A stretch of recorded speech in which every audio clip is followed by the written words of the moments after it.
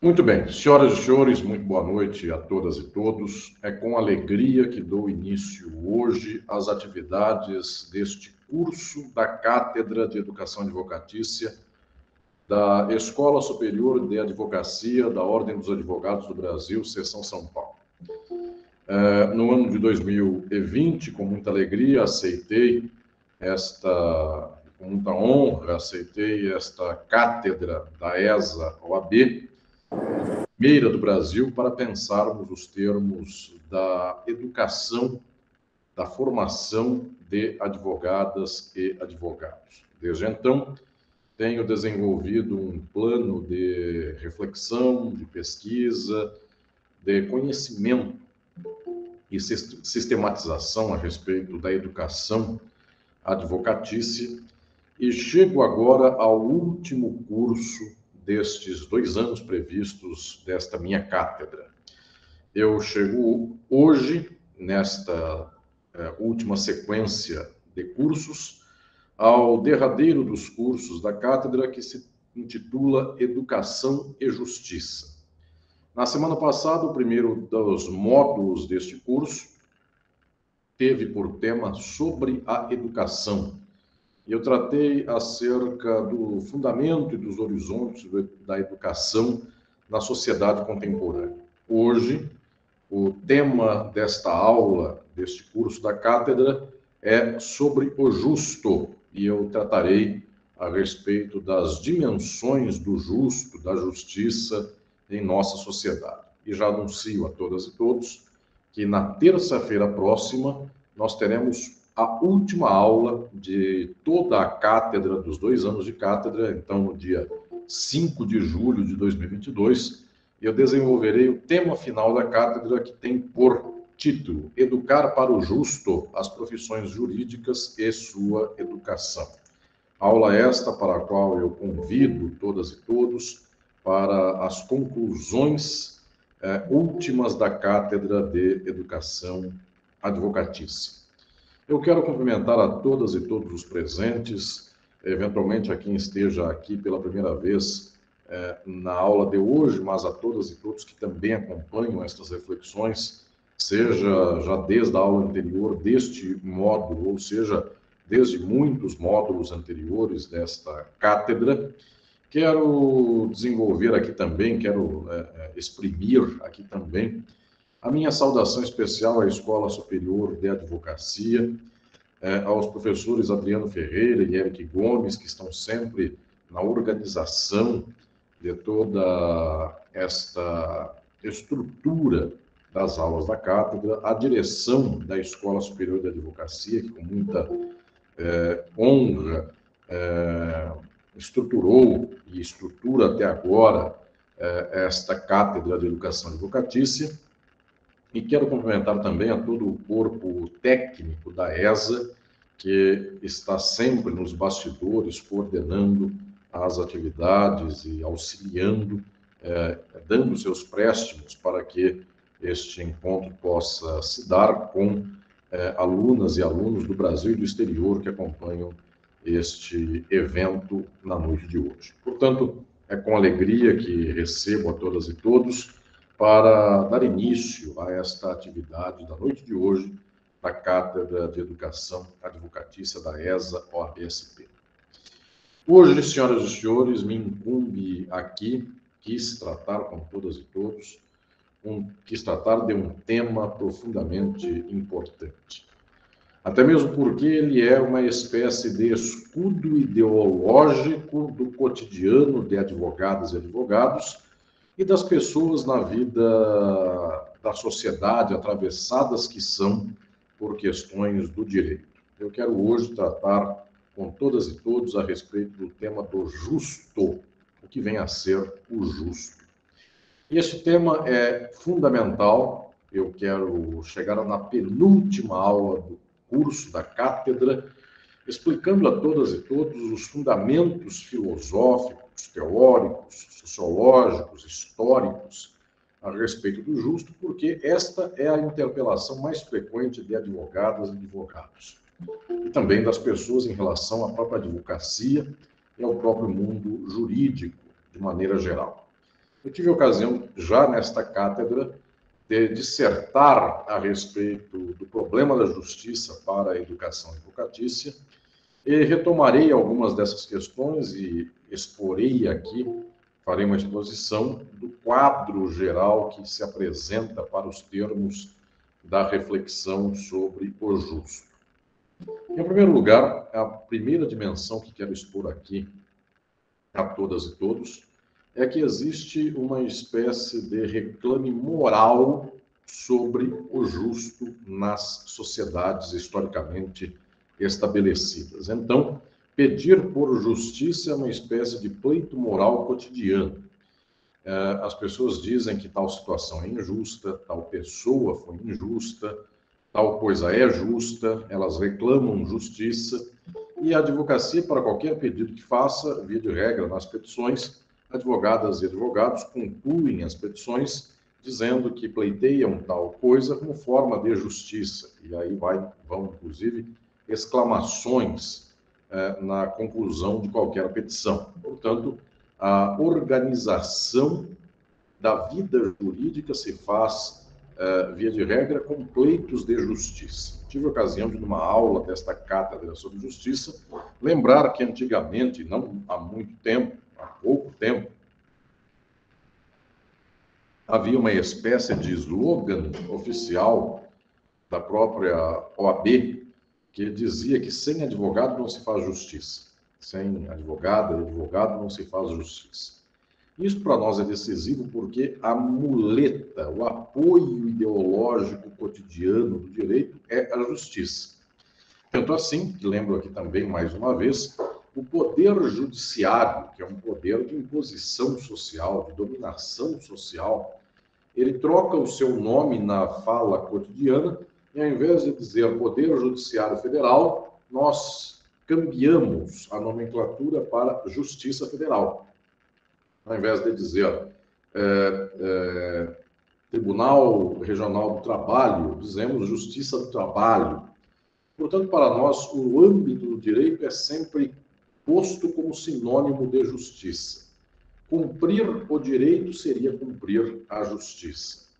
Esta dimensão, volto a falar, ela está entranhada ideologicamente no cotidiano de juristas dos mais variados matizes. Não só dos juristas, porque também a sociedade, também o povo, tem por dimensão de que o cumprimento das ordens e o cumprimento das instituições, tal como elas se apresentam, isto já é justiça. Cumprir os contratos é justo. E observem que esta dimensão vai calcando ideologicamente a justiça a uma espécie de confirmação da sociabilidade tal como ela é dada. Suas instituições, o poder social que organiza esta sociabilidade, as ferramentas desta sociabilidade, como, por exemplo, o contrato. Então, a celebração do contrato e o seu cumprimento são instrumentos do justo, e isto, portanto, faz com que a justiça tenha um pleito moral. Agora eu quero aqui propor o primeiro horizonte já imediato desta minha reflexão da cátedra, faz com que, no imediato, o pleito moral do justo seja um pleito conservador.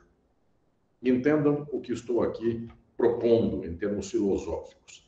Dizer de algo como justo é dizer de uma ordem que está sendo cumprida. O contrato. O contrato foi cumprido. Ele foi celebrado e cumprido com seus próprios termos, ele é justo. As instituições como são postas. Então, o julgamento de uma demanda trabalhista no Tribunal do Trabalho é justo.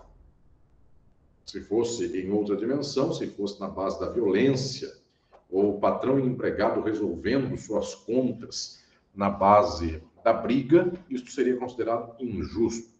Mas tendo sido resolvido o caso no Poder Judiciário, então se tem esta situação como justa e, portanto, aqui está a minha primeira exposição fundamental na reflexão da noite de hoje. O justo é um reclame conservador, porque ele reitera a manutenção da ordem já existente de suas instituições. Agora, eu lhes apresento um problema histórico. As instituições nem sempre foram as mesmas, tampouco a sociedade ou as sociedades no plural foram as mesmas em todos os tempos. Não é assim que se dá o horizonte da historicidade social. E eu quero também aqui propor uma dinâmica de compreensão teórica sobre a justiça, sobre o justo, que acompanhe este devir, este fluxo da história.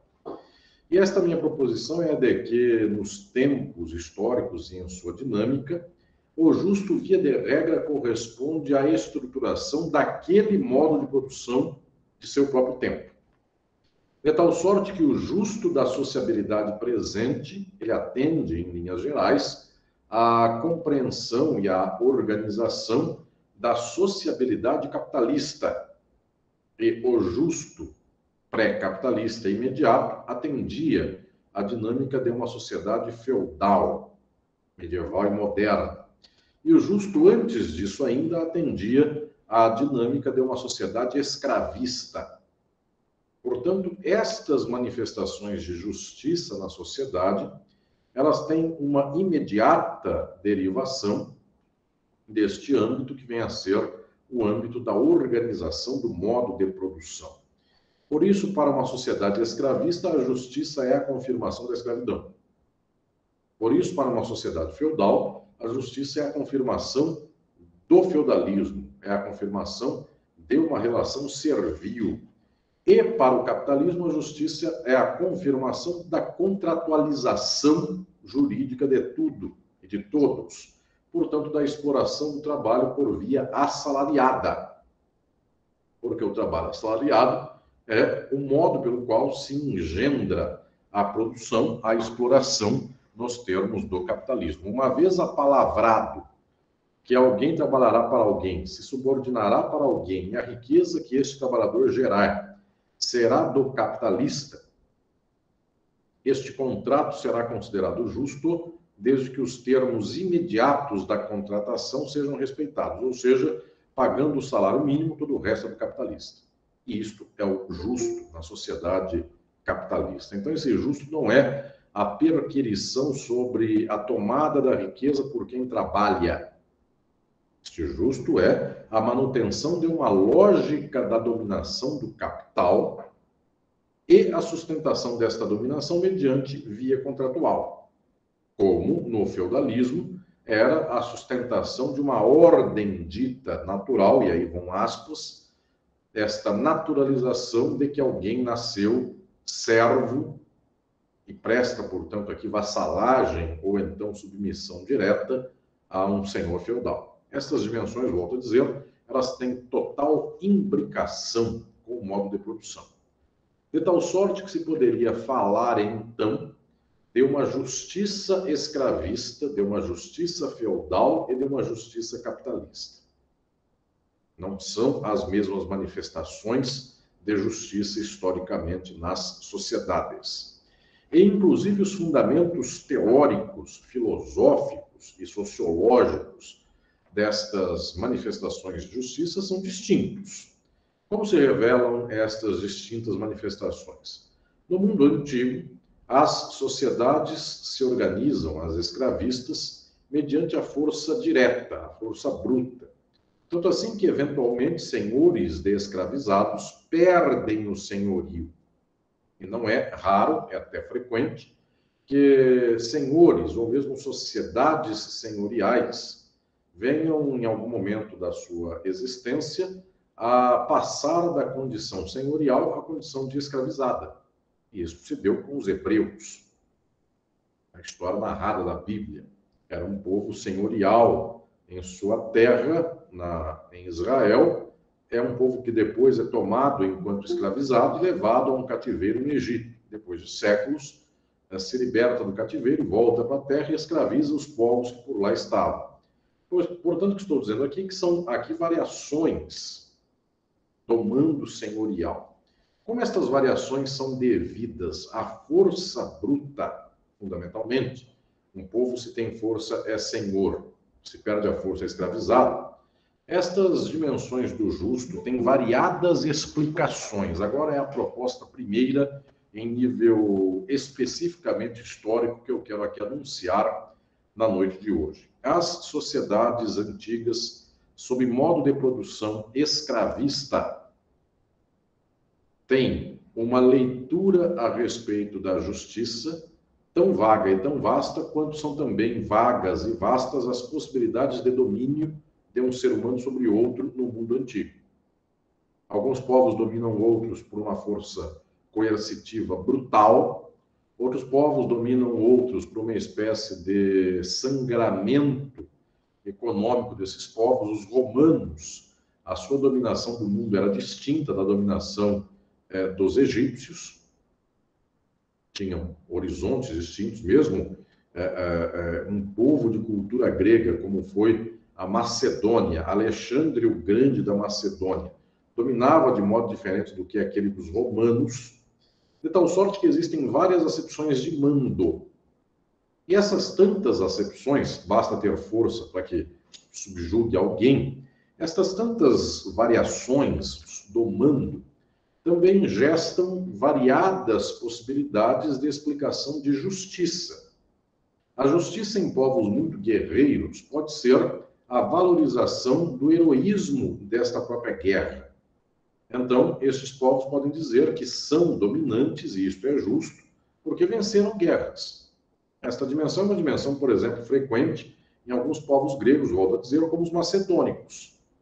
Porque são capazes de guerrear, dominam o mundo, e é justo que dominem. A leitura dos romanos, que também tinham um viés, uma inclinação guerreira, é também uma inclinação por ver o justo muito próximo de uma espécie de naturalização de sua força. Os melhores dominam pela força e, portanto, são livres. Os piores são postos numa condição inferiorizada.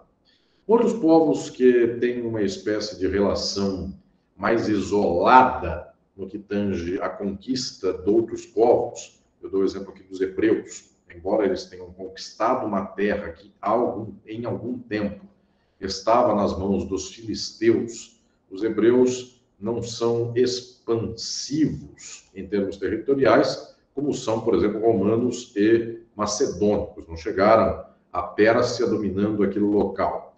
Então, o que temos aqui é um povo relativamente centralizado geograficamente, embora com expansões, embora com domínios de territórios próximos, mas esta expansão parcial é uma espécie de sustentação de um senhorio também parcial. E por causa disso é menos a força bruta que louva a justiça nesta sociedade e muito mais uma espécie de construção do nível da teologia de uma aliança com uma divindade que preferiria este povo. E por causa disso não é preciso sequer, eventualmente, derramar sangue contra os povos. A terra é prometida por esta divindade. Então, esta leitura de uma terra prometida por uma divindade, ela engendra outra forma de justiça. Esta outra forma de justiça é quase contratual no nível teológico, diferente daquela dos macedônicos ou então dos romanos, que é uma leitura que vai dizer que o mais forte, por justiça, deve mandar. Esta visão de cá diz assim: há uma divindade, há um Deus, ele é um só, e ele prefere os hebreus. E ele fez um pacto com este povo, que é um povo escolhido. Ele sagrou este contrato, inclusive, de uma forma pela qual os hebreus carregam este pacto com seu Deus numa arca da aliança, a aliança de Deus com os hebreus, de tal sorte que justiça é o cumprimento das promessas deste Deus para o seu povo escolhido. Então, observem, aqui existe um encaminhamento teológico já bastante enviesado, enquanto outros povos têm menos este viés. É de se lembrar que os povos do passado, muitos deles, têm uma explicação de justiça religiosa, mitológica. Então, os gregos consideravam que justiça era uma divindade, uma deusa de nome Temis, e esta deusa, ela, por meio do seu capricho, da sua própria vontade, ela preferia alguém contra alguém. um povo contra outro, uma pessoa contra outra. Então, a justiça era uma inclinação do capricho divino, de uma divindade do panteão de deusas e deuses dos gregos.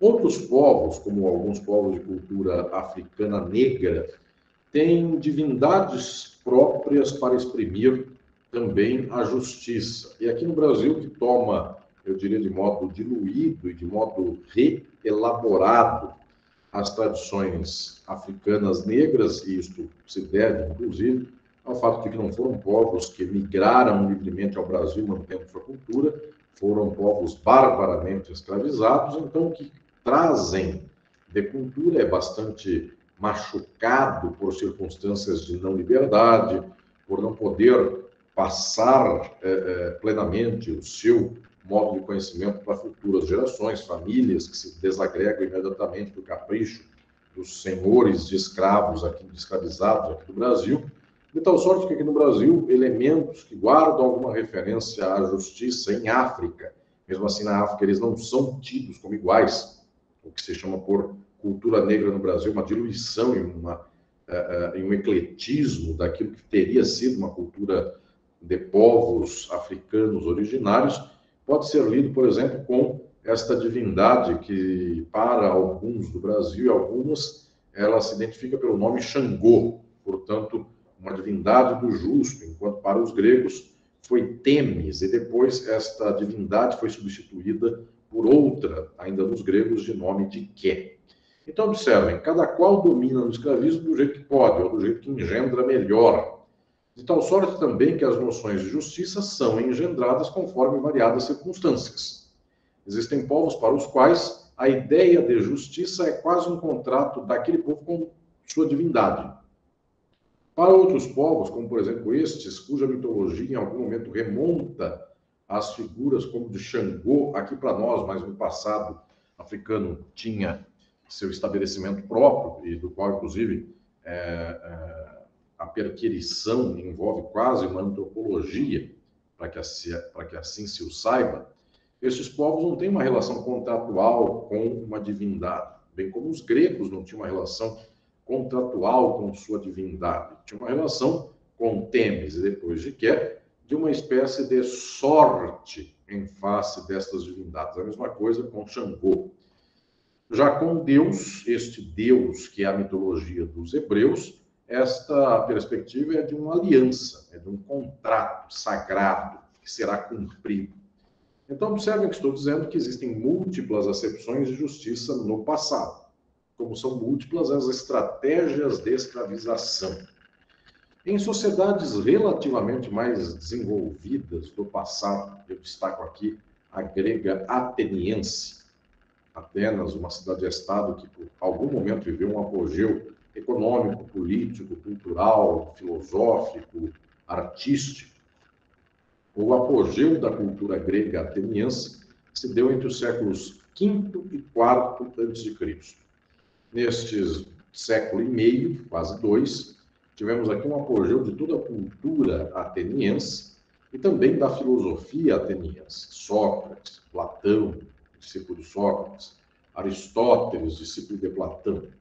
Pois bem, nesta sociedade que se organiza aqui, já com alguma estruturação daquilo que se pode chamar de mercantilismo antigo, não é capitalismo, porque o trabalho é escravizado, mas uma certa riqueza entre senhores, que permitiu algum grau de intercâmbio contratual entre esses senhores, também levou a uma acepção de justiça das mais desenvolvidas da história logo nesta Idade Antiga.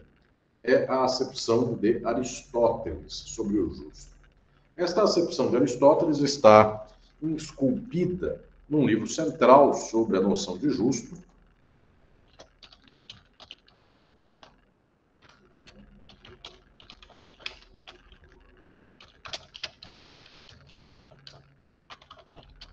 que é este, Ética a Nicômaco, e a reflexão sobre o justo está no livro 5º da Ética a Nicômaco.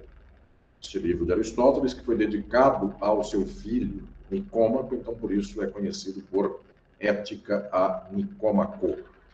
Eu terei ocasião, eu já anunciei aqui em primeira mão na aula passada e anuncio hoje com muita alegria a todos e todos vocês, que no próximo semestre, em agosto, a bela notícia, a boa nova é que, junto da ESA, abrirei uma cátedra de Filosofia do Direito. Eu oferecerei um curso sistemático no segundo semestre de 2022 sobre a filosofia do direito e um dos primeiros tópicos é exatamente como Aristóteles explica a concepção de justiça. Aqui eu anunciarei os termos gerais dessa concepção, embora daqui a pouco eu convido especialmente todas e todos vocês para acompanharem esta reflexão, quando a cátedra se iniciar, de tal sorte que aqui eu estou lembrando, eu estou aqui anunciando, que Aristóteles tem uma percepção de justiça bastante distinta daquela de outras sociedades gregas, mesmo dos hebreus, mesmo dos romanos e de outros povos mais, egípcios e outros mais, povos de cultura negra africana, tantos outros povos mais. Aristóteles tem uma dimensão de que justiça se mede a partir de um elemento fundamental que vem a ser a sociedade. Então, para Aristóteles, a justiça é sempre política, pois se mede na polis, a cidade, a sociedade. Então, a justiça é uma distribuição social. O elemento fundamental da justiça é a distribuição. É distribuir. Uma pessoa justa é a que distribui justamente. Não só a distribuição, outro elemento da justiça para Aristóteles é a retribuição. E um homem justo é o que retribui justamente. Esta dimensão até pode ser vista, por exemplo, no ângulo das relações afetivas ou no ângulo das relações de amizade. Alguém que empresta a alguém a sua amizade, via de regra se espera que a amizade seja justa quando a pessoa outra também lhe devota a mesma amizade, então seria a retribuição da amizade, embora o próprio Aristóteles vá problematizar a amizade, vá tirá-la do campo da justiça, e a amizade e o amor para Aristóteles estão no campo de uma mera distribuição sem retorno. Portanto, é o nível do afeto, fundamentalmente, e não o nível de uma sistematização que tende à matemática. Aristóteles dirá que essa sistematização que tende à matemática, ela se vê de modo muito mais claro nas relações comerciais. Portanto, nas relações de tipo mercantil.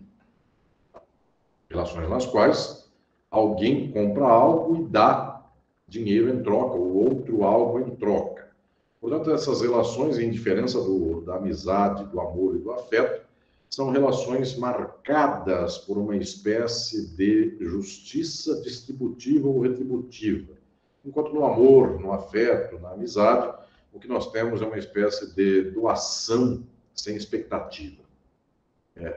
Uma dimensão que se pode ver, por exemplo, na amizade. Para Aristóteles, a amizade é um elemento decisivo, eventualmente um dos mais importantes manifestos de amor possível, quando alguém pode abrir o armário da cozinha ou a geladeira da casa do amigo e beber uma cerveja, comer alguma comida, e não simplesmente se dirá assim: então na semana que vem eu abro uma cerveja na sua casa e como um queijo da sua casa em troca do queijo que comeu na minha. Esta amizade é um ato de deliberação, de generosidade. Então, ela escapa, essa deliberação, do âmbito do justo. Amigos não consideram coisas justas ou injustas. Compartilham pelo afeto da amizade. Portanto, é uma outra dimensão. No entanto, só ia acontecer, é frequente que no cotidiano as relações não tenham mínima dimensão de amizade. As relações sejam mercantis, sejam profissionais, e aqui, então, o estabelecimento é de distribuição e retribuição. Ocorre que a sociedade antiga é uma sociedade do escravismo. E Aristóteles percebe e exclui do mapa toda a relação entre senhor e escravizado. Esta relação não se mede em termos de justiça ou injustiça. Esta é uma relação de domínio. Esta é uma relação de força. E quanto a ela, segundo Aristóteles, não há acepção de justiça. A acepção de justiça, então, se dá entre senhores e homens livres. E, senhoras e senhores, eu que tenho, historicamente, eu sou um intelectual que lidero, inclusive, a proposição de uma fala inclusiva, faço questão de ensinar às novas gerações a falar a todas e todos, senhoras e senhores. Quando eu digo aqui senhores e homens livres, isso aqui não é um lapso da fala inclusiva, isso é literalmente senhores e homens livres, no sentido cortante da expressão, porque entre gregos, romanos e povos do passado, exatamente a liberdade era uma qualidade apenas dos homens. E esta música do Chico Buarque de Holanda, das mulheres de Atenas, já lembra desde então esse patriarcalismo total dos povos antigos, que faz com que as mulheres não sejam cidadãs na polis. Então, quando Aristóteles diz a justiça é uma acepção entre senhores e homens livres, é literalmente senhores, porque não há senhoras, nem mulheres livres. Para Aristóteles, mulheres, crianças, velhos, incapazes, escravizados e escravizadas, todos eles e elas são subordinados ao Senhor, e então a relação do Senhor com estas pessoas não é uma relação que se possa medir por justiça ou injustiça. Esta é uma relação que se mede em pleno capricho ou plena vontade do Senhor em relação a tais criaturas, que são tidas por inferiores ou inferiorizadas em relação ao Senhor homem livre. Portanto, aí não cabe dizer de justiça. Se um pai determina ao filho X, se o bonus pater familias, não em grego, mas em latim, porque os romanos também são tão patriarcais quanto os gregos, o bonus pater familias, que quer dizer, traduzindo do latim para o português, o bom pai de família, que é isto que as pessoas chamam hoje, traduzindo de 2.500 anos para o presente, com todas as aspas possíveis, de cidadão de bem, que em geral é quem mata, quem persegue, quem causa horrores. Este dito cidadão de bem, o Raul Seixas, inclusive, tem uma música que chama isso de dito cidadão respeitável, que ganha 4.000 cruzeiros por mês. Pois bem, que pode ser substituído por reais.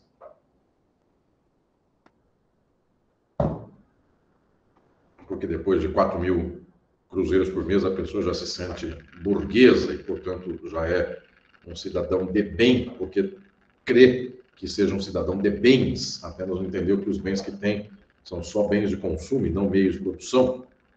Pois bem, esta dimensão que estou aqui dizendo, desse bom pai de família, que obviamente aqui pode ser trocado por mau pai de família, de acordo com o gosto do freguês, esse cidadão de bem, que também pode ser trocado por de mal, do mesmo modo.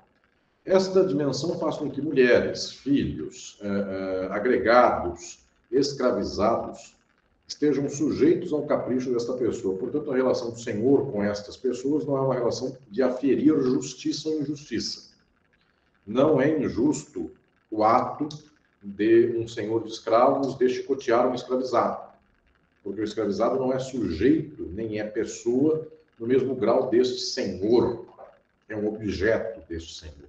Portanto, a relação entre senhor e objeto é uma relação tanto quanto pode-se pensar hoje de um ser humano com um animal, ou então de um ser humano com a planta, ou então de um ser humano com um objeto, uma caneta. Era assim, nesses horríveis termos que o passado imaginava as relações do alcance da justiça. Isso é um passado absurdo. O Brasil, até 1888, considerava escravizadas e escravizados coisas como uma caneta, cuja sorte pode ser a sorte da caneta. Se a caneta é propriedade de alguém, se alguém faz o que quiser com a caneta. Assim, bem como com um escravizado ou uma escravizada. Então, observem que o horror social que choca tanto o nosso tempo presente, este tipo de horror bateu na nossa porta. Tem um século e pouco apenas de história na qual nós vencemos este horror para termos o nosso atual. Então, o nosso objeto da minha reflexão daqui a pouco. Pois bem, observem que o passado tem muitas acepções de justiça, conforme muitas estratégias da escravidão. Porque a escravidão se faz de variados modos no passado, pela força, por uma espécie de consolidação de um domínio patriarcal, por uma espécie de manutenção de uma escravidão já antiga nos termos presentes. Esta percepção, portanto, carreia várias acepções de justiça, dentre elas, uma das menos piores, ou eventualmente a melhor delas, é a de Aristóteles. Inclusive, quando se choca a leitura presente ao ver Aristóteles, quando o leitor presente se choca ao ler Aristóteles, dizendo, puxa vida, Aristóteles disse que o escravizado não é objeto de justiça, porque a sorte dele quem dá é o Senhor. Tecnicamente, isto pode ser chamado, e a quem assim o faça, eu convido todas e todos para que leiam meu livro Filosofia do Direito, capítulo 5º, Aristóteles. Há lá uma explicação da escravidão, minha e de vários autores, vários pensadores, como, por exemplo, o francês Francis Wolff, é um francês de origem alemã, mas é um professor francês, que inclusive foi professor da USP décadas atrás, teve uma temporada aqui no Brasil, e este Francis Wolff tem uma tese de que quando Aristóteles põe o escravizado no mesmo nível da mulher e do filho, ele está promovendo uma espécie de progressismo no ambiente grego, em face de uma sociedade que considerava o escravo totalmente coisa, e Aristóteles, quando diz a sorte do escravizado é a sorte da esposa, da mulher ou dos filhos do senhor de escravos, ele está dando algum grau de humanidade ao escravizado, que nem isso tinha na consideração do passado. Então, observemos nós que aquilo que é horrível pode até ser o menos pior daquele tempo, dado que outras acepções de justiça sequer acreditavam que havia uma espécie de honra do bonus pater familias em face da sua mulher, do seu escravizado ou dos seus filhos. Ele podia qualquer coisa. Então, Aristóteles dirá que esta possibilidade ela é mediada não pela justiça, mas é mediada pela disposição de si, pela honra, pela estratégia de fazer com que os filhos e a mulher e os escravizados possam ter algum grau de felicidade. Portanto, tanto quanto Aristóteles segrega a amizade e o amor da justiça, segrega a esposa, segrega os filhos, segrega os escravizados. E põe no mesmo balaio da amizade e do amor. Então, há quem diga que isto é até um progressismo. Porque quem segregava antes de Aristóteles não põe no balaio da amizade. Punha em outro balaio. Isso eles sabem que colocar no balaio da amizade também nada representa, que equivale mais ou menos à noção da empregabilidade doméstica num país escravista como o Brasil, que diz assim, é minha empregada doméstica, mas é como se fosse da família. Isto é o velho Aristóteles, 2.500 anos depois. Ou seja, não está na conta de uma relação contratual de direito do trabalho, não pago a essa pessoa direitos trabalhistas, mas é de coração. É como se fosse minha amiga. Então, observem que também isso é uma tragédia sem fim. E em sociedades de tipo, eu diria, miscigenado, como é o caso do Brasil, em diferença dos Estados Unidos, esta acepção aristotélica tem eco. Nos Estados Unidos, isso sequer tem eco. Seria até um absurdo para alguém dizer que tem em alguém de uma raça que ele enxerga distinta, alguém da família. Então, a nossa hipocrisia aqui é uma espécie de prestação de honra à virtude, e no caso estadunidense, via de regra, é uma total muralha em relação a qualquer sentimento humano em face dos outros. E aí escolham se prefere a hipocrisia ou a indiferença. Os dois são horríveis. Bem, Então, o que estou lhes dizendo é que são acepções de justiça antigas. Estas acepções todas sucumbem quando nós chegamos a um modo de produção feudal. Porque o modo de produção feudal, embora ele possa se estabelecer a partir de diversas estratégias de servidão, não há uma só servidão na Idade Média.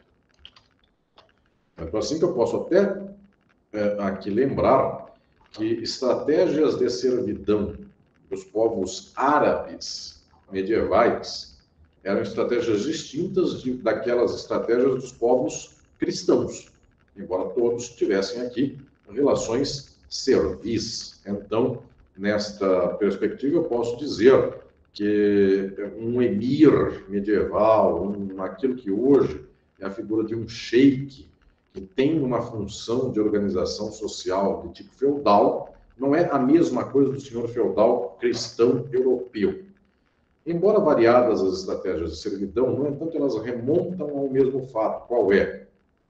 Esta servidão não advém de uma junção, de uma submissão, melhor dizendo, diretamente derivada da força.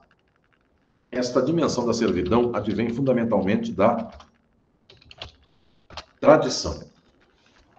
E aqui a estratégia é outra, e também a justiça será outra, que vem a ser uma estratégia de dominação pela tradição. As sociedades feudais são conservadoras em face das escravistas. Não que a escravista fosse grande coisa em termos de dinâmica, era também muito conservadora, falei do patriarcalismo. No entanto, a sociedade escravista podia eventualmente ver um escravizado morrer senhor, uma pessoa que nasceu escravizada morrer senhora.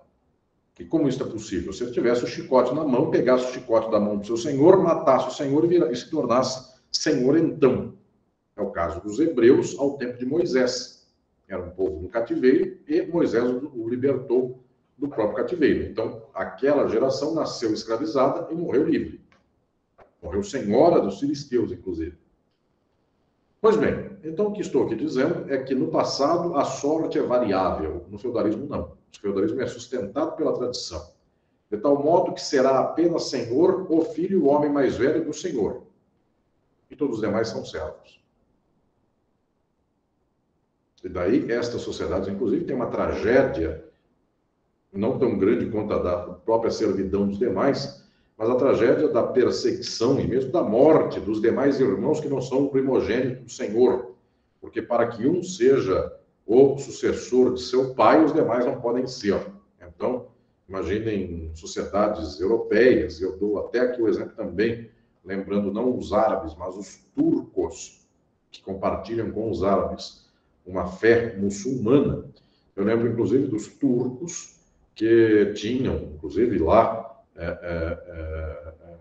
em Constantinopla, um cara, um morticínio absurdo de todos os demais filhos de um sultão, quando esse sultão morria e o seu filho mais velho tomava o poder, e automaticamente, naquele mesmo dia, mandaram matar, eventualmente, 7, 10, 25, quantos fossem os filhos, com tantas mulheres possíveis, do sultão. Então, numa noite só, a noite da tomada do poder pelo filho, em sucessão ao pai, era a noite da morte de dezenas de pessoas, e eventualmente milhares, centenas ou milhares de pessoas, para sustentar a tradição de que um só manda.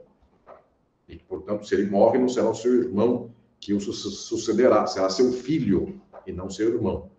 Pois bem, então o que estou aqui lhes dizendo é que esta tradição feudal, ela nem tanto é pela força, embora muitas vezes ela é, obviamente, garantida em último lugar pela força, mas o domínio não foi conquistado porque um povo matou outro.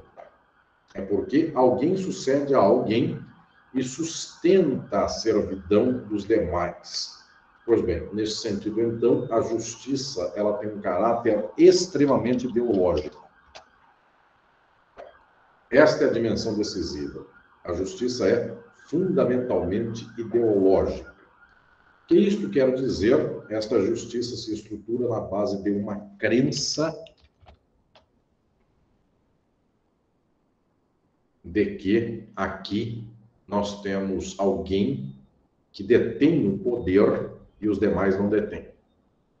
E para que isso aconteça, então, a ideia de justiça medieval, feudal, ela tem profunda ligação com a religião. Pois bem, é esta dimensão que estou aqui anunciando a todas e todos vocês. A justiça antiga é menos dada à religião do que a medieval. A justiça antiga é até dada à mitologia.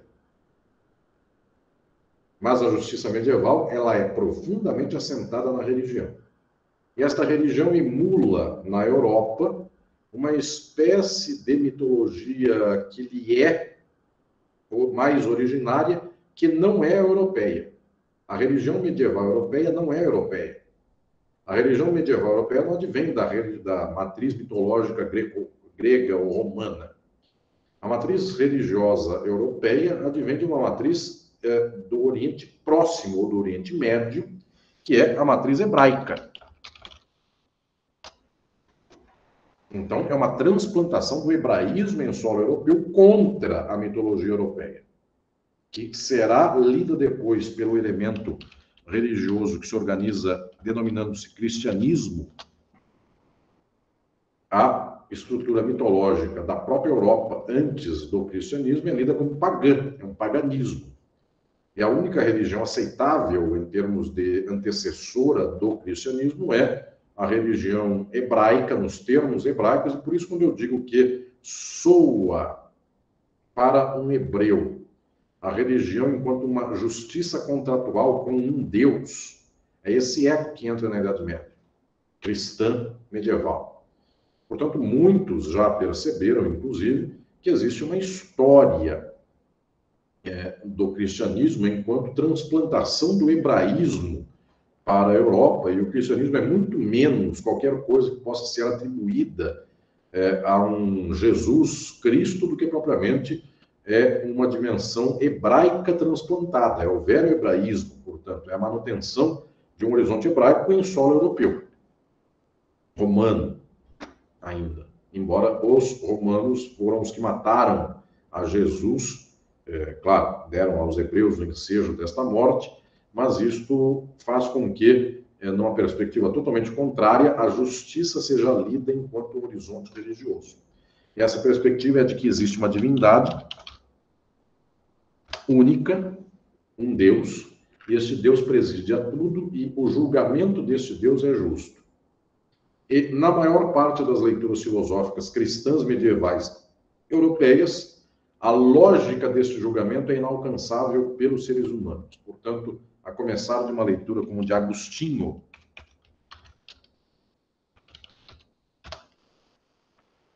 não se sabe por que Deus julga o justo como ele julga. É um desígnio dele. Portanto, é uma espécie de dogma para o qual a humanidade não tem acesso. E, portanto, a humanidade cabe apenas a fé e a espera do derramar desta graça da divindade. Pois bem, esta leitura de justiça é que faz com que, a partir de Agostinho, é ele que fala literalmente, que está lá no meu livro Filosofia do Direito, capítulo 6º, e terei ocasião de, na primeira cátedra de Filosofia do Direito, ensinar isso também a vocês, está por lá a ideia de que há um Deus, e se há um servo e um senhor feudal na Idade Média, ambos assim o são por vontade desse Deus. E, portanto, justiça é a manutenção da ordem como ela está, porque ela está assim porque Deus quis. Portanto, aqui existe um conservadorismo social atroz.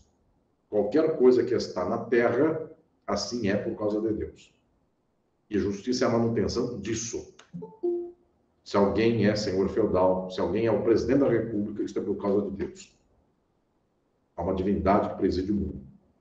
Então, senhoras e senhores, esta leitura, eu diria que ela fundamenta outra organização do justo. Porque a leitura de Aristóteles, quando fala o justo é uma medida política na polis entre os senhores e homens livres, não há senhores e homens livres no mundo medieval. Não há intercâmbio entre senhores. No mundo antigo há. Porque o mundo antigo é urbano. Alguns povos antigos têm vida urbana, como, por exemplo, a dos atenienses e dos romanos. Então, vários senhores coabitam a mesma polis. E eles se encontram. O mundo medieval não é urbano, é agrário. Então, o feudo, que parece uma fazenda, sem que o seja, ele é uma unidade na qual um senhor não encontra outro. Nos limites da fronteira do feudo, quem manda é o senhor feudal. Então, não tem relação entre homens livres. O mundo ateniense tem. Vários homens livres vivem no mesmo espaço, vivem na mesma polis, na mesma civis, como diria o latim dos romanos. Então, observem, são dimensões diferentes de justiça. Essas dimensões são outras. Elas carregam perspectivas também muito diferentes. Por isto, e na Idade Média não tem burgo, o burgo só surge na Idade Moderna. Então, o que estou dizendo aqui para vocês é que esta dimensão medieval, ela apresenta uma justiça de perfil ainda mais conservador do que o perfil antigo. Mas observem que praticamente todas as sociedades feudais, elas remetem a algum grau de justiça teológica, sejam as cristãs, sejam as hebraicas, sejam as muçulmanas. Elas remontam aqui a uma espécie de teologia monoteísta,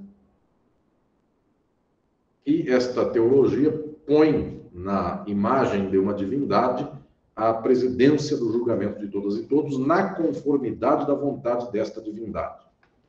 Pois bem, o primeiro momento de deslocamento disso é a Idade Moderna, que ainda é feudal, mas já começa a conhecer um fenômeno de transição que é o burgo, a cidade.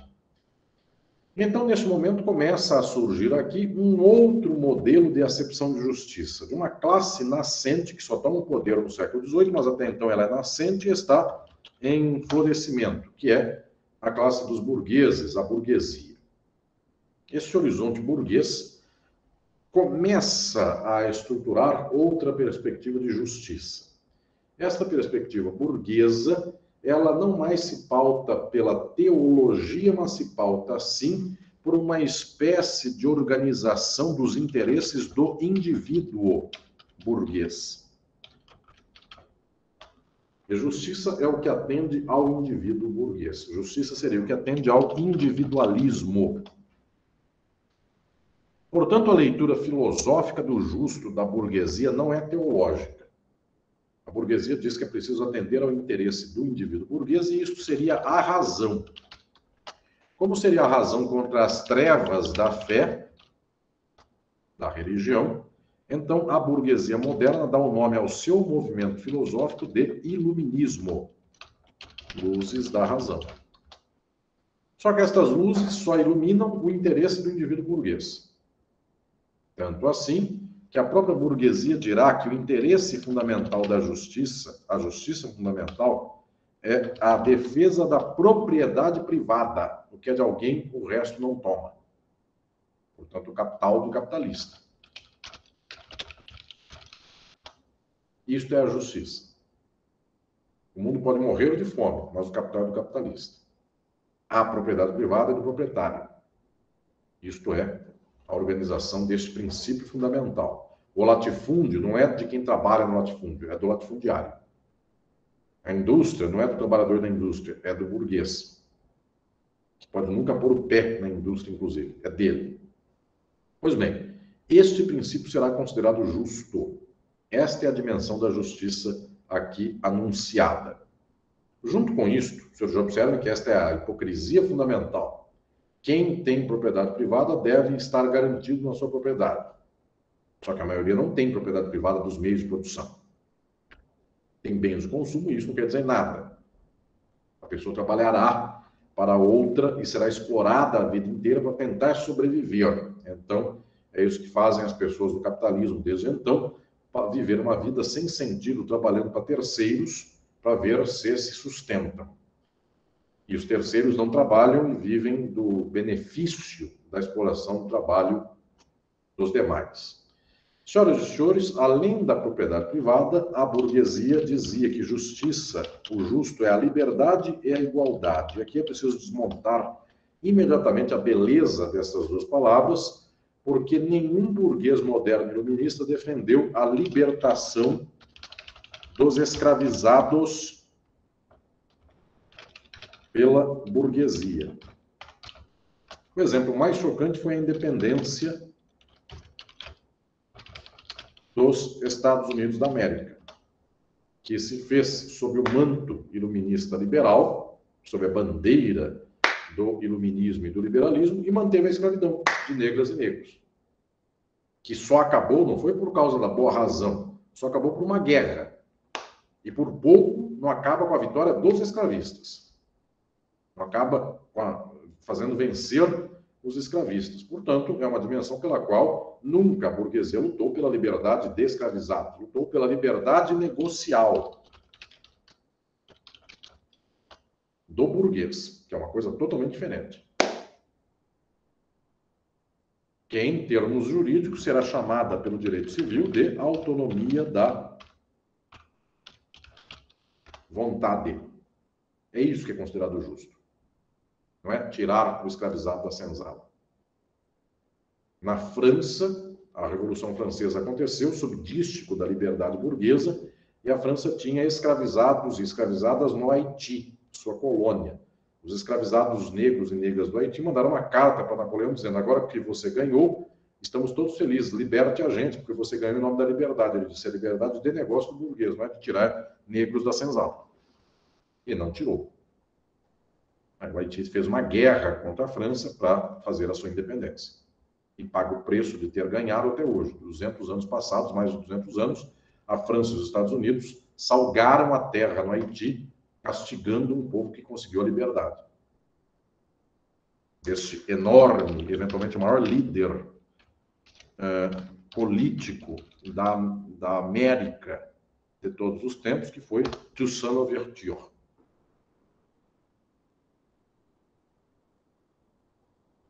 Foi o negro escravizado que ganhou da França e fez a independência do Haiti. Ato contínuo, o Haiti foi castigado até os dias de hoje. Pois bem, então esta dimensão prova que a liberdade chamada justa pela burguesia não é a liberdade de soltar a todas e todos. Bem como a igualdade da burguesia não é igualdade de condições. Não é dar uma casa para cada um, não é dar remédio para todos os doentes. Pelo contrário, é apenas uma igualdade perante a lei. E como a liberdade só negocial é o que nós chamamos de autonomia da vontade, em termos jurídicos, esta igualdade só perante a lei é o que nós chamamos tecnicamente no direito de isonomia, ou seja, igualdade perante a norma. Isonomos. Ainda assim, extremamente hipócrita, porque a mulher não tem igualdade em relação ao homem. Demorou mais de 100 anos para que ela tivesse direitos eleitorais, de votar e ser votada, e até hoje, e os senhores não vão dizer que isso aqui está em progresso, está em regresso, tomem o exemplo dos Estados Unidos, até hoje a mulher não tem direito à sua liberdade corporal, seus direitos reprodutivos. É a notícia da semana dos Estados Unidos. Portanto, a mulher não é dona do seu corpo. São os homens que mandam as mulheres terem tal comportamento com o seu corpo. Então, esta igualdade em face da norma, nem isso é. Pois bem, senhoras e senhores, isto é o que se chama de justiça pela burguesia. Isso é a justiça burguesa. Segundo John Locke, o primeiro dos grandes filósofos burgueses, o princípio mais importante da justiça e da razão é o de garantir a propriedade privada. Ninguém é obrigado a dividir o que é seu com ninguém. Então, isso aqui é o que organiza o capitalismo. E para isso, os senhores passaram 5 anos de faculdade. Vejam como é que na semana que vem, última aula do curso, eu vou conectar educação e justo com a educação de advogados e advogados. Os senhores foram educados e educadas em 5 anos de faculdade a saber que o preceito fundamental, inabalável do direito, é a defesa da propriedade privada. É isso. qualquer educação jurídica do mundo é para defender a propriedade do proprietário. Sendo que a propriedade do que só tem bem de consumo é o celular. A propriedade do banqueiro é o banco. E faz toda a diferença só ter bem de consumo e ter meio de produção. Porque quem tem meio de produção explora o outro. Quem tem bem de consumo é explorado. O celular, inclusive, é uma forma de exploração, porque o dono do banco manda, e o gerente do banco manda um WhatsApp para o trabalhador para as 3 da manhã responder alguma coisa do banco. Então, isso aqui não é sequer um bem de consumo para a felicidade geral das pessoas. Pelo contrário, é um instrumento de dominação, inclusive de centralização e fiscalização de comportamentos. Pois bem, então, senhoras e senhores, o princípio fundamental da justiça burguesa é a propriedade privada. E aqui já vamos decantando esse processo, bem como a liberdade, bem como a igualdade. Isso aqui vai se naturalizando como se fossem as questões do justo. O justo vai se naturalizando como justo burguês. O que isto representa, então? Representa que desde os séculos 17 e 18, quando a burguesia vai tomando o apogeu da dinâmica social e econômica e política na Europa e depois no mundo inteiro, nós passamos a achar que justiça é isso. Quando a burguesia toma o poder nos Estados europeus, nos Estados Unidos e por todo o mundo a partir de então, no século XVIII para o XIX, agora se dá a virada da justiça e sobre ela eu vou me ater com bastante ênfase daqui a pouco. Mas esta virada é o que eu chamo, e muita gente chama, de positivação do direito natural burguês. Propriedade privada, liberdade de negócio e igualdade perante a lei foram chamados pela burguesia de direito natural, uma apropriação de um nome dos antigos indébita. Pois bem, é o direito natural dos burgueses. É natural que os indivíduos tenham propriedade privada, liberdade e igualdade. Já viram que a maioria não tem propriedade privada e a maioria também não tem nem liberdade, também as pessoas não são iguais, mas é a hipocrisia da justiça. Quando a burguesia toma o poder no século XIX, como foi o caso na Revolução Francesa, que começou em 1789, a burguesia matou o absolutismo e o feudalismo e tomou o poder. Nesse momento se dá o fenômeno da positivação do direito natural. E tudo isso que ela pregava virou direito posto. É o fenômeno da codificação. E o que é esse fenômeno? Esses princípios de justiça burguesa, do justo burguês, viram um código, sendo que na França se torna exatamente o Código Civil, o famoso Code Napoleão, porque foi Napoleão que o promoveu e o promulgou. Eu quero lhes ensinar como imediatamente, todas e todos aqui que tenham formação jurídica, é um ato básico da formação jurídica, conspurcar o Código Civil, nosso ou de qualquer país, no país em que estejam, sendo nós aqui o Código Civil brasileiro. Quem está no primeiro ano de faculdade de Direito já tomou vista com o Código Civil. Pois bem, observem que os 3 princípios que eu falei aqui, eles organizam todo o Código Civil. Eu terei a ocasião de explicar isto com mais ênfase no curso de Filosofia do Direito, mas eu vou lhes explicar algo que muita gente fica chocado ao perceber nessa dimensão. Eu lhes explico em 30 segundos toda a estrutura de qualquer Código Civil do mundo, como do Brasil. Porque são 3 princípios fundamentais e um princípio acessório. O princípio acessório é o que organiza a família em torno da família burguesa. A família só tem molde burguês. Então, uma família monogâmica e jamais plurigâmica, não é uma família que permita poliamor, poligamia, apenas uma família monogâmica, heterossexual, que tem uma forma específica. Pois bem, aqui estão, senhoras e senhores, os senhores vão aprender nesta minha aula da cátedra de hoje, vão aprender, inclusive, como é que o direito ensina isso, a educação de juristas, advogados e advogados, Como é que se estrutura esta lógica? Numa parte geral, qualquer Código Civil é isso. Uma parte geral que tem um eixo só, ela só tem um princípio. Todos são iguais perante a lei. Ou seja, igualdade. Isso é a parte geral de qualquer Código Civil. Depois vem o livro das obrigações,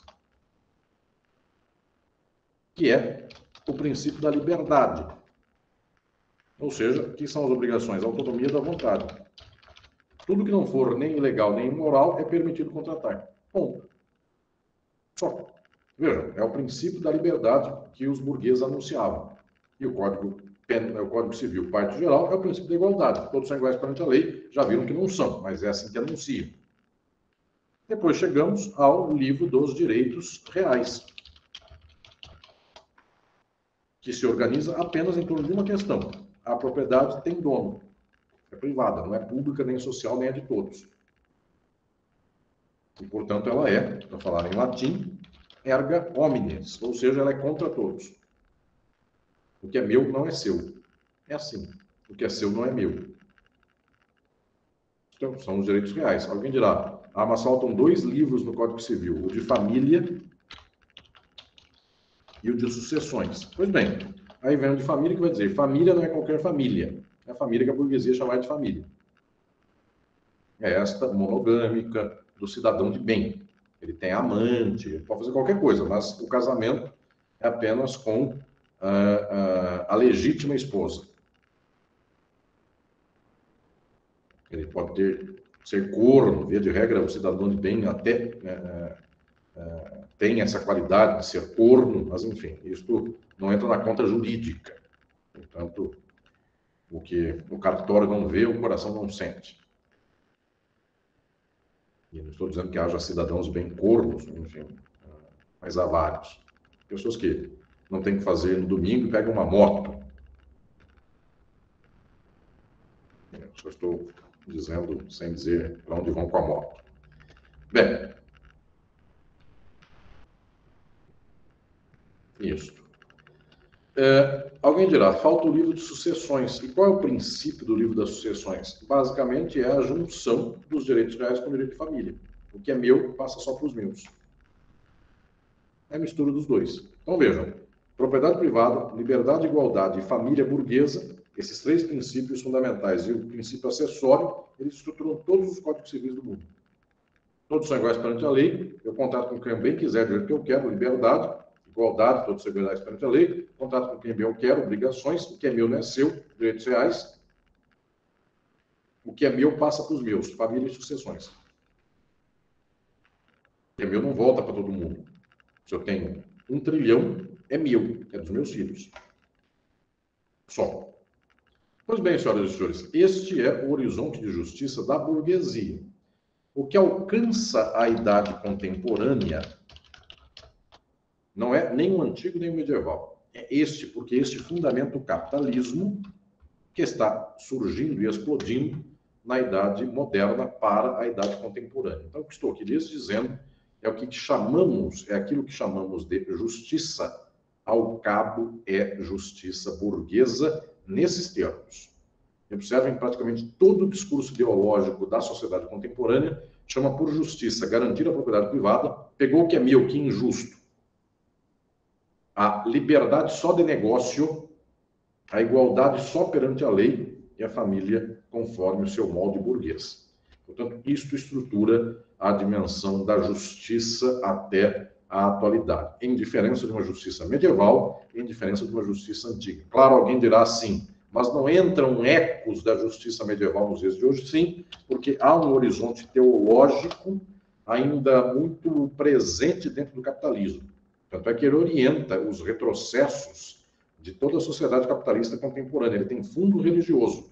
Mulher não pode ter direito reprodutivo, homossexuais não podem casar porque há uma divindade que não gosta deles, e coisas mais. Então, este horizonte teológico anda à espreita e é uma das causas, eu diria, imediatas de um retrocesso social. Não é a causa estrutural, imediata. A causa imediata é o capital, que se vale dos expedientes religiosos para passar um boi e uma boiada, porque onde passa o aborto, passa o fim do direito do trabalho. Então, com o mesmo instrumento que eu mobilizo alguém contra o aborto, eu mobilizo esse alguém contra o direito de trabalho. Só mobilizar contra o direito de trabalho é difícil, porque o povo é um trabalhador. Se perguntado quer acabar com a CLT, a resposta é não. Mas perguntado quer fazer com que as pessoas morram sendo fetos, claro que a resposta é não. Então, no mesmo barco vai. Se você é a favor do feto, você é contra a CLT. O capital domina a religião, no final das contas. Muito bem, senhoras e senhores. Agora eu quero chegar a um outro momento desta reflexão. Eu quero agora chegar ao momento contemporâneo a respeito do justo, como se pensa a justiça na idade contemporânea.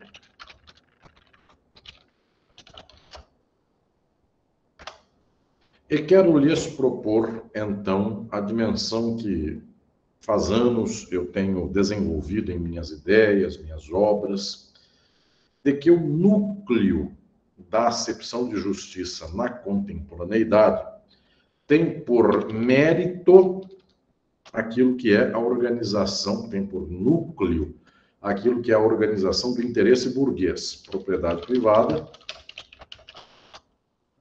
liberdade negocial, igualdade apenas perante a lei e alguma dimensão de família conservadora burguesa que sustenta o patriarcado. Pois bem, esta é a dimensão do conteúdo. No entanto, se dá aqui uma transposição filosófica que organiza a noção de justiça na contemporaneidade. As sociedades capitalistas, seus estados são constituídos enquanto estados burgueses. De tal modo que esses estados impõem em suas normas estas estruturas e este mérito, este objeto da justiça. E então o que acontece, agora entendam este fenômeno para o qual eu tenho insistido muito em todas as minhas obras, o que acontece na idade contemporânea é o fenômeno do juspositivismo. Jus aqui é direito e o positivismo é posto. É uma transposição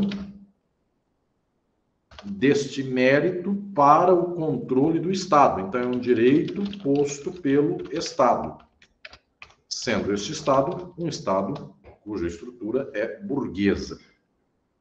Pois bem, então o que estou aqui lhes anunciando é que, na prática, a defesa da propriedade privada, da igualdade, da liberdade, da família, essa defesa, que alguns chamariam de tradição, família e propriedade, enfim, é um modo mais slogan de dizer esta dimensão, isto está positivado nos estados burgueses. E então, ao invés de a todo momento pleitear o mérito, para a sociedade capitalista contemporânea, este justo burguês não precisa toda hora ser lembrado no mérito. Olhem, vejam se entendem aqui o que eu estou anunciando nesta minha aula da cátedra. Na prática, existe uma transposição pela qual, se o mérito do interesse burguês, do que ele chama de justiça, está posto nas normas do Estado burguês, então não preciso lembrar do mérito, basta apenas lembrar desta obrigação de submissão à ordem estatal. Basta apenas o juspositivismo. Porque o cumprimento do direito posto é o cumprimento do direito posto conforme o interesse burguês, conforme o mérito burguês. Então, entenda o que estou falando aqui. Esta dimensão passa a fazer com que o justo seja a aceitação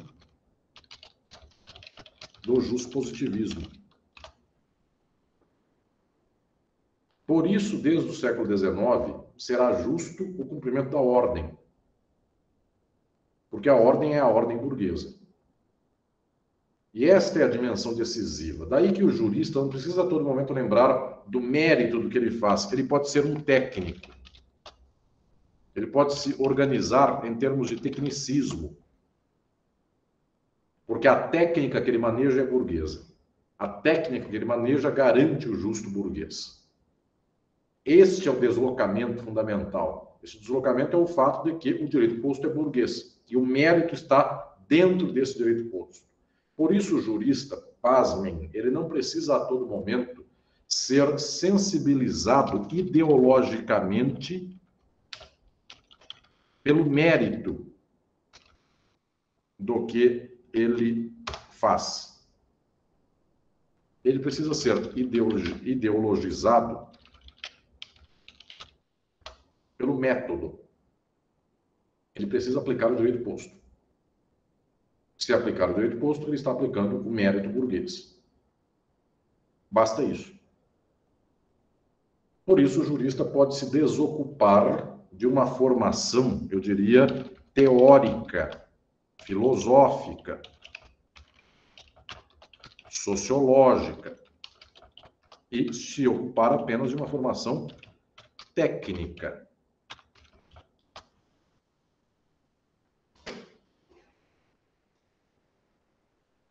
Porque se o jurista não souber nada do porquê aplica as normas, ele aplica as normas. E isso já é bom para a burguesia.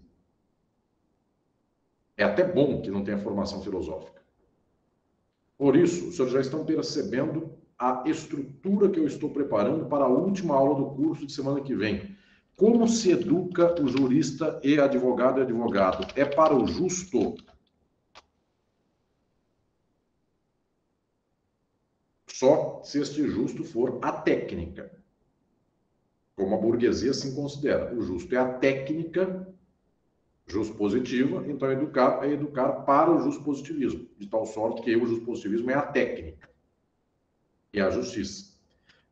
Então, observem que estou aqui falando uma educação de perfil crítico não cabe no âmbito jurídico, como não cabe em qualquer área da sociabilidade capitalista. Seu papel é residual, incidental, é uma espécie de ruído dentro da reprodução do sistema. Porque, ao cabo, esta é a lógica da manutenção da ordem capitalista como ela está. Isso eles dirão, mas os outros diplomas da sociabilidade capitalista, diplomas jurídicos do direito posto, atentam ao mesmo pressuposto? Sim, fundamentam-se todos no mesmo pressuposto. Tanto é assim que o direito penal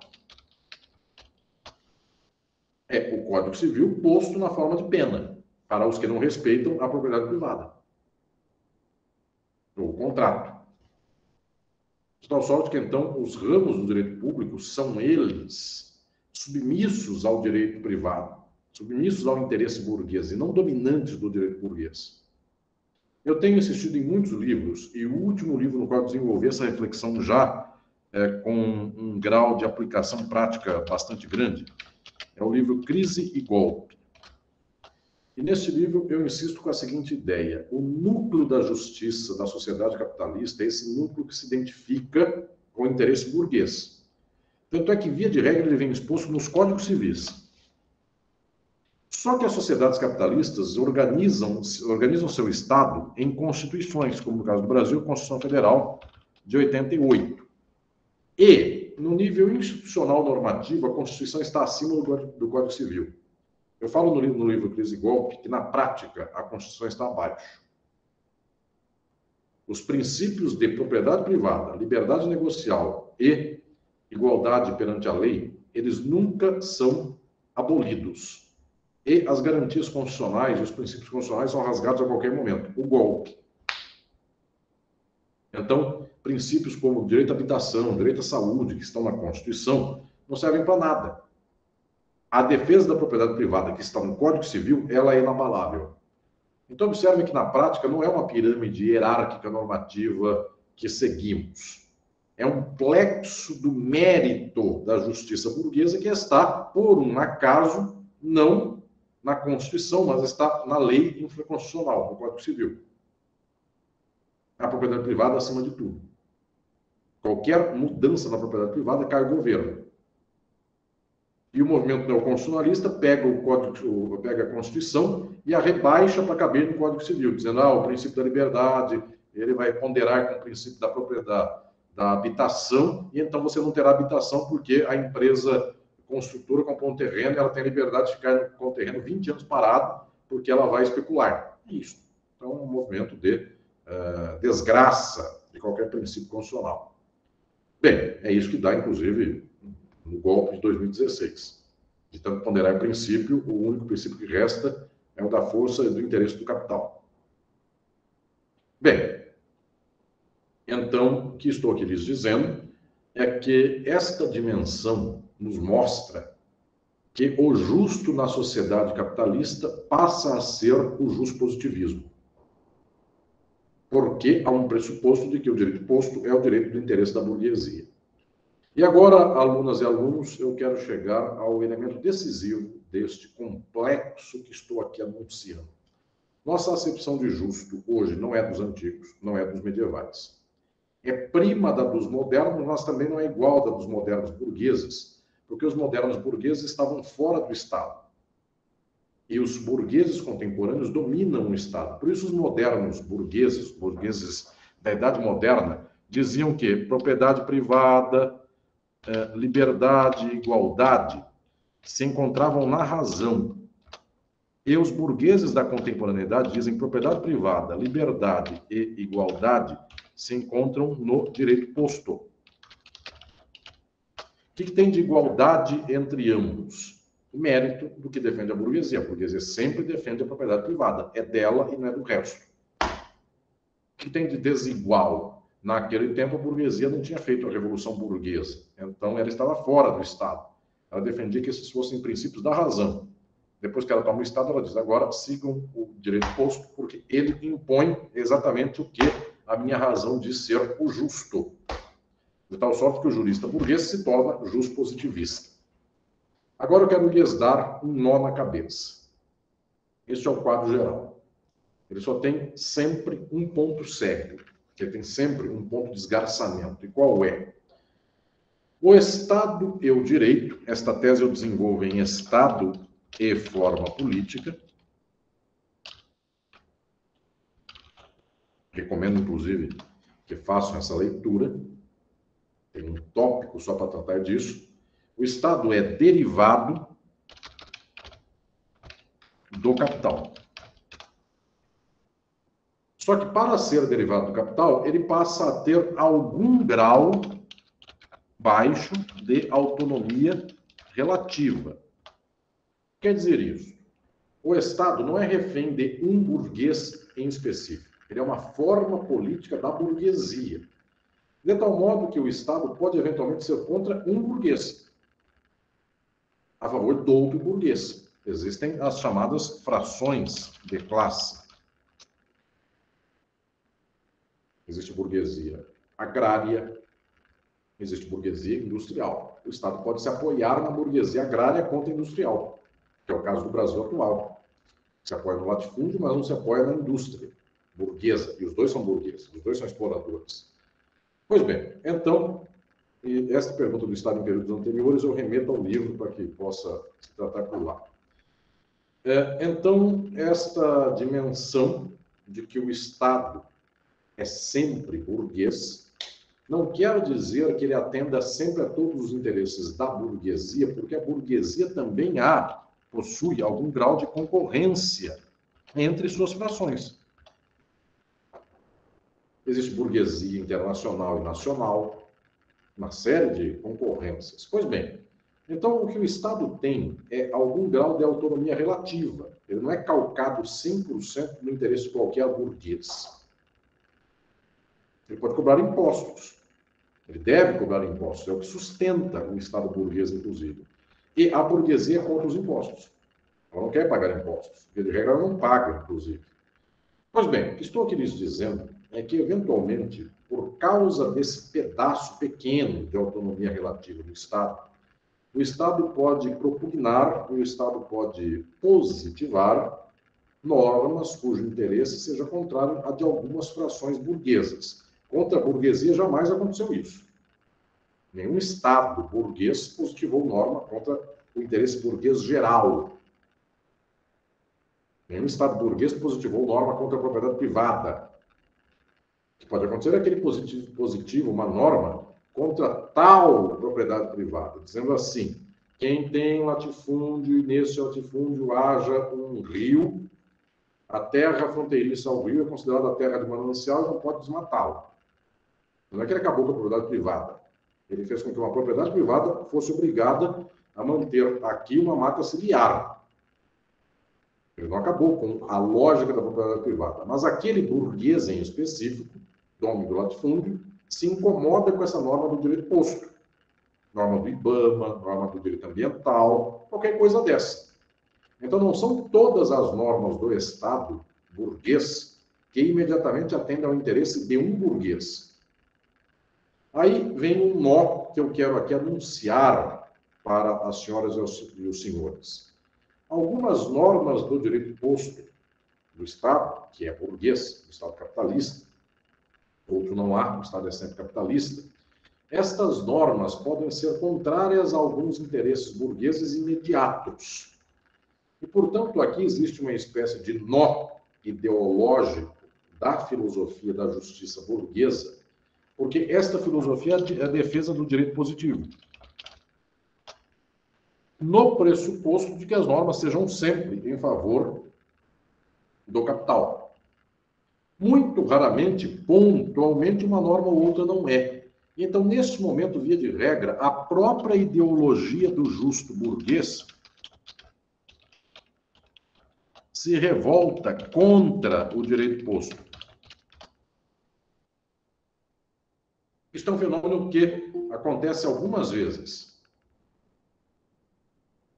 Por exemplo, quando o Estado resolva fazer algum mínimo incremento para manter a exploração com direitos sociais. Eu dou o exemplo mais patente de todos, que é, no caso do Brasil, da CLT.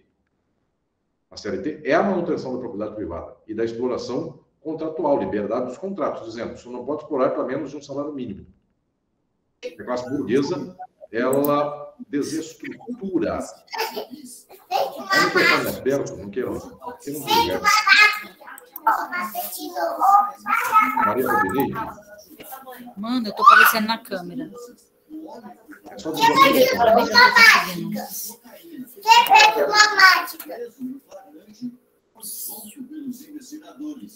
E ainda devolveram toda a droga.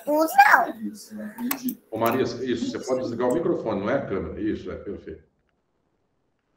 Bem, então observe o que estou aqui dizendo. Esta dimensão, ela mostra que não é todo o direito positivo que é imediatamente aceito. No entanto, ao não aceitar um pedaço, corre-se o risco de manter, de desestruturar aqui uma espécie de coesão geral, porque a CLT ela é anunciada junto com o Código Civil. E não se pode simplesmente dizer o Código Civil se aceita e a CLT não. Na lógica do justpositivismo, há de se aceitar tudo. Mas, claro, existe uma espécie de canibalização do direito posto que não interessa para a burguesia. Por isso, há 80 anos a CLT é posta e há 80 anos ela é combatida. O Código Civil tem 500 anos de ordenações do reino e cento e tantos de Código Civil, e há cento e tantos anos o Código Civil jamais é combatido. Como eventualmente acontece de que um Estado, quando dá uma legislação, eu diria, progressista no nível da família, a mesma lógica ideológica burguesa que chama o justo de direito positivo, nesse caso fala que o direito positivo é injusto. Casamento LGBTQIA+, direitos reprodutivos da mulher, poliamor, enfim, formas não necessariamente monogâmicas de relação, tudo isso, ainda que um dia venha a ser legislado e posto, o legislador, o jurista que defende o direito posto, não defende esse direito posto. Então entendam que a ideologia do justo positivista é dominante, só que a própria burguesia abre margem a seus juízos de exceção em face do direito positivo, quando, por causa da autonomia relativa do Estado, o Estado impõe normas que a burguesia não queira. Ou que, então, o domínio moral burguês não queiram, como, por exemplo, as que permitam o direito reprodutivo da mulher, as que permitem a igualdade da mulher, e outras dimensões mais, cotas raciais, e tantas outras que são normas até que vêm do direito posto, mas que não são aceitas pela tradição burguesa que sempre se assenta no direito privado. Então, volto a dizer, existe um núcleo inabalável do justo na sociedade capitalista. Que núcleo é esse? Propriedade privada, igualdade perante a lei, liberdade negocial apenas e família burguesa. O que escapa disso é considerado potencialmente injusto, ainda que positivado. Por isso, todo o resto varia. CLT não tinha, passa a ter, depois deixa de ter. A estrutura da propriedade privada nunca variou. Existem conteúdos de mérito invariáveis dentro da sociabilidade capitalista e outros altamente variáveis. Volto a falar, arranjos de outras famílias são variáveis dentro da estrutura do Estado burguês. A propriedade privada é invariável. Daí os senhores descobrem qual é o coração da justiça burguesa, é a defesa da propriedade privada. Todo o resto é contingente, todo o resto varia conforme as circunstâncias.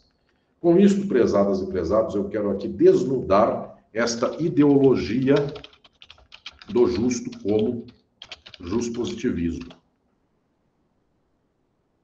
Ela assim só é porque garante o capital do capitalista, porque é uma ideologia burguesa.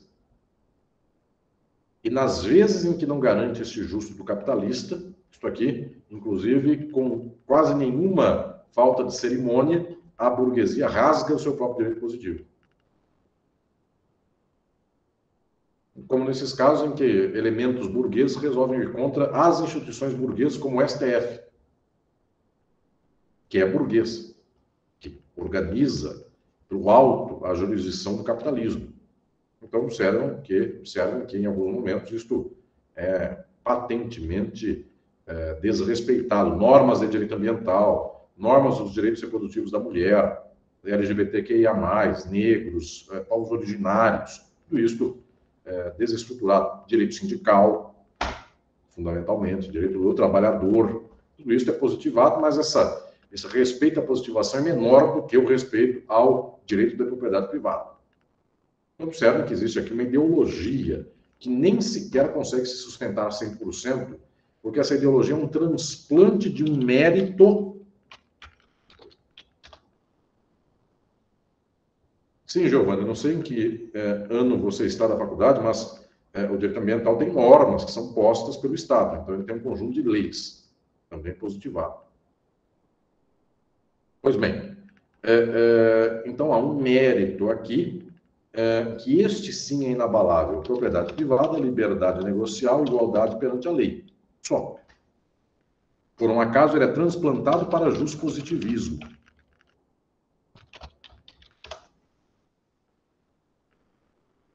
E nós operamos no transplante. Nós operamos a partir do direito posto, a não ser que o direito posto, em coisas muito pontuais, seja contra o interesse do capital, porque aí então retrocedemos. Esta é a tese minha que eu anuncio nesta aula da cátedra da noite de hoje. Quando o conteúdo de justiça do direito positivo ele se apresenta numa inflexão distinta do mérito do interesse burguês, então nesta hora há uma espécie de retrocesso ou de deslocamento da ideologia de justiça do jurista, que abandona o direito positivo em favor desta trindade inflexível: propriedade privada, liberdade e igualdade. E por que eu ponho 13 e não ponho 4? Porque o 4 é a família burguesa. Mas observem que, tecnicamente, é o único dos princípios que nem princípio ele pode ser flexibilizado. Porque o princípio que não pode ser flexibilizado é o da propriedade privada, da liberdade negocial e da igualdade perante a lei. A família burguesa pode, em benefício da burguesia. Porque, entenda, existem países de capitalismo relativamente desprovido de amarras religiosas, como, por exemplo, de alguns países europeus, não totalmente desprovidos, menos providos de amarras religiosas, para os quais o casamento LGBTQIA+, não é um atentado contra o capitalismo. Ele é possível, inclusive, não é contra o capital, ele é até a favor. Permite a execução de dívidas de uma família. Ao invés de executar um, executam dois. Então, observem, a família burguesa, ela é o elemento menos burguês da burguesia. Entendem o que estou dizendo aqui? Ideologicamente é o elemento que menos importa. Porque a burguesia se sustenta muito tranquilamente com relações familiares poligâmicas. Poliamor. Inclusive, se o poliamor for registrado em cartório, melhor ainda. Um banco executa dívidas de 7, ao invés de executar de 1 ou 2. Então, por isto, a família, que é uma figura essencial, sim, Marília, a família é uma figura essencial ao capital, porque ela mantém a organização jurídica do núcleo da propriedade. Só que não necessariamente tem que ser o núcleo monogâmico heterossexual.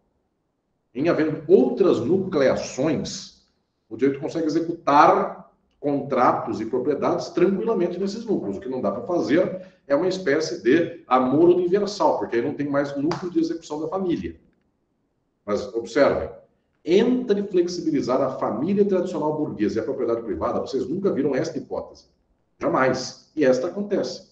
Algumas sociedades menos castradas religiosamente flexibilizam alguns princípios da família. Depois voltam para trás, enfim, há um domínio do capital até nesse ponto, mas não é o elemento decisivo. Por isso que são 4 elementos, mas observem que eu ponho propriedade privada, liberdade negocial e igualdade perante a lei como núcleos. E a família burguesa como 4º elemento. E elemento que pode existir ou não. Porque o elemento que é dado como anel para não perder o dedo é a família. Por isso, todos vocês, eu também quero anunciar aqui uma questão. Desde a década de 1980, existe um pressuposto de uma espécie de liberalismo progressista no mundo. Estados Unidos, Europa e depois o resto do mundo. Esse liberalismo progressista diz assim: o direito positivo é bom porque ele permite a inclusão de mulheres, LGBTQIA+, povos originários, etc, etc, etc. E observem que essa dimensão, ela só vê avanço exatamente no lateral. Porque vocês nunca viram o direito positivo dar propriedade para quem não tem. Tirar a propriedade privada do capitalista e dar para o trabalhador. E, eventualmente, é uma norma de ganho da mulher, da comunidade LGBTQIA+, da comunidade de povos originários, que também o que ganha perde depois. Mas só. De tal sorte que, então, o Código Civil Brasileiro é o fundamento essencial de toda a estrutura, de qualquer estrutura jurídica capitalista. Não é só do Brasil, Estados Unidos, qualquer país do mundo é assim. A propriedade privada é o eixo decisivo. Por isso, Locke, que anuncia com tanto cinismo isso, está certo. Porque dos 4 princípios, o de família é o que menos nuclear a burguesia, embora seja nuclear. Liberdade e igualdade tem um grau médio de nucleação. Porque quando diz assim, o judeu não é igual ao ariano, aconteceu e continuou burguês. O negro não é igual ao branco, aconteceu e continuou burguês. A mulher não é igual ao homem no direito reprodutivo, o LGBTQIA+, não pode casar e o heteroafetivo pode. Desigual e não abalou a burguesia. Então, o único elemento decisivo mesmo é a propriedade privada. É esse o único inabalável. Ou seja, é o capital. Qual é a única coisa que não muda juridicamente no capitalismo? O capital. Então, entendam o que eu estou dizendo aqui. Esta dimensão é a dimensão decisiva. Qual é, então, a ideologia do justo no capitalismo?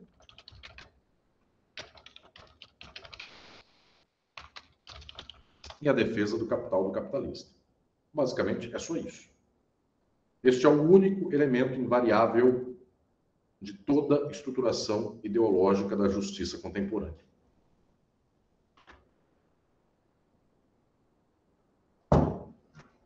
Todo o resto pode variar e todo o resto dá a falsa impressão de progresso.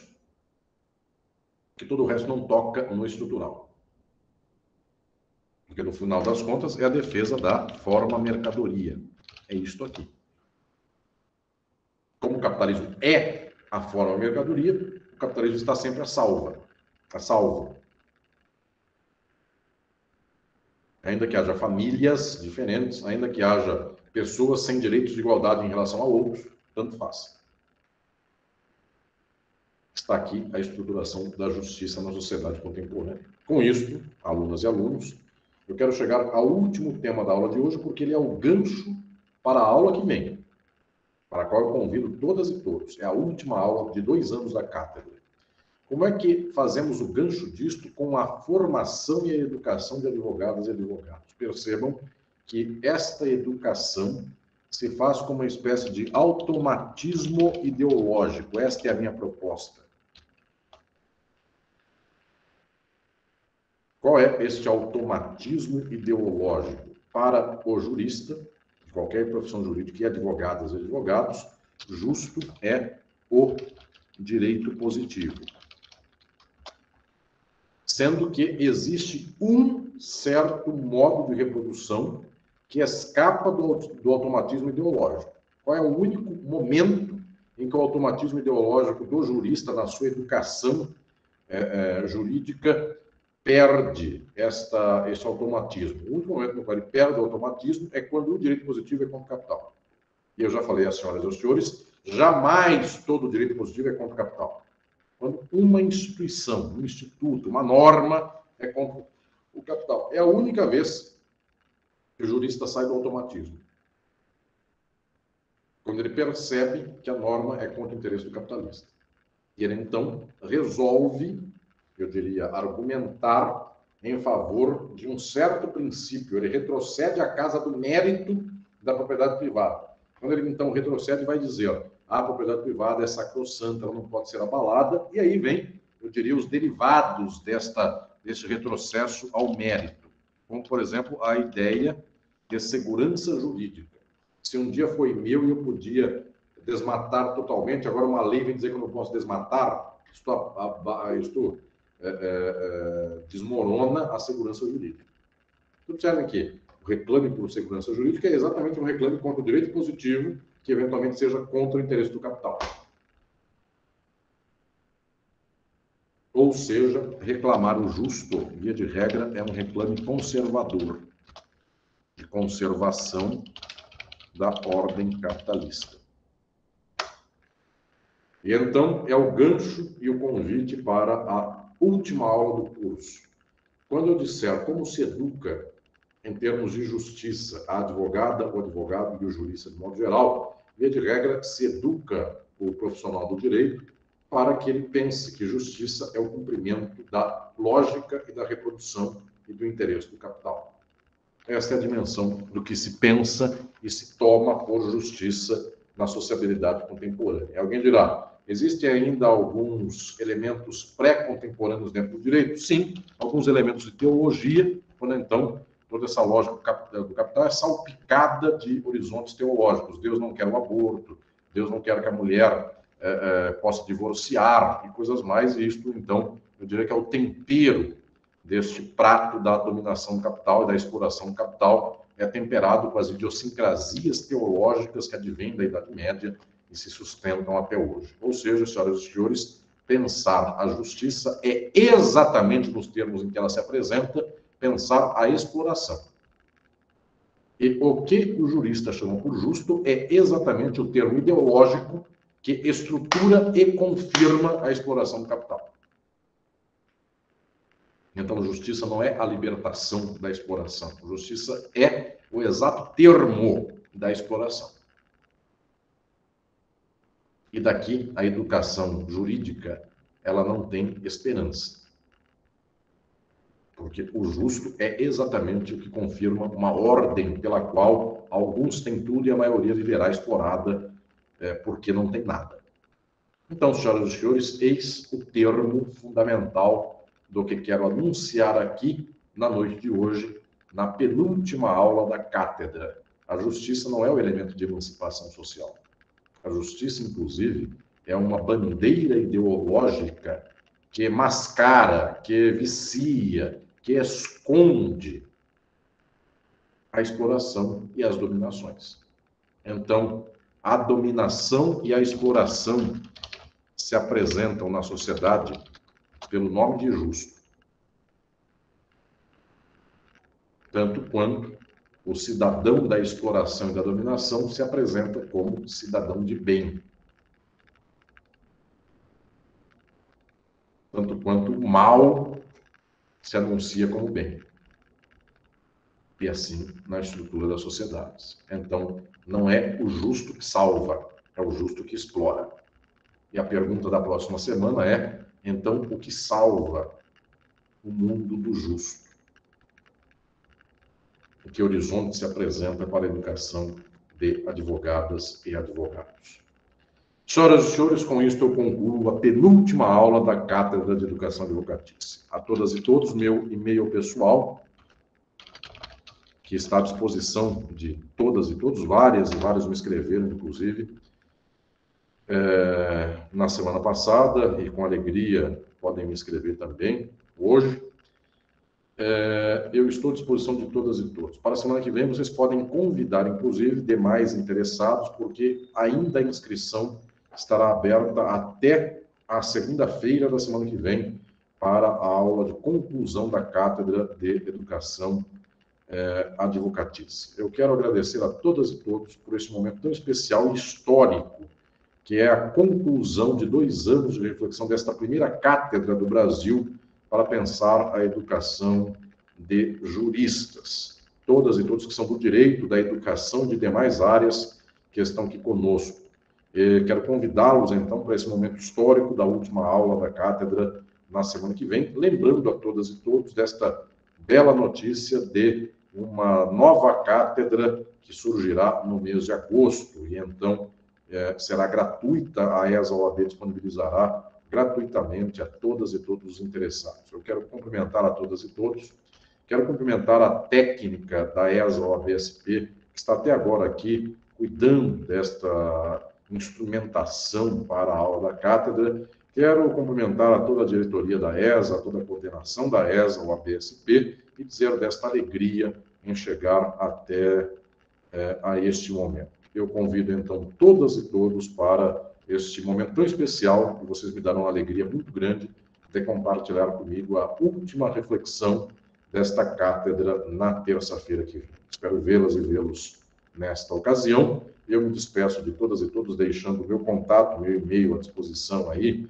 de todas e todos, enviando-lhes um virtual, mas muito afetuoso abraço, e nos encontramos brevemente. Uma boa noite a todas e todos. Obrigado.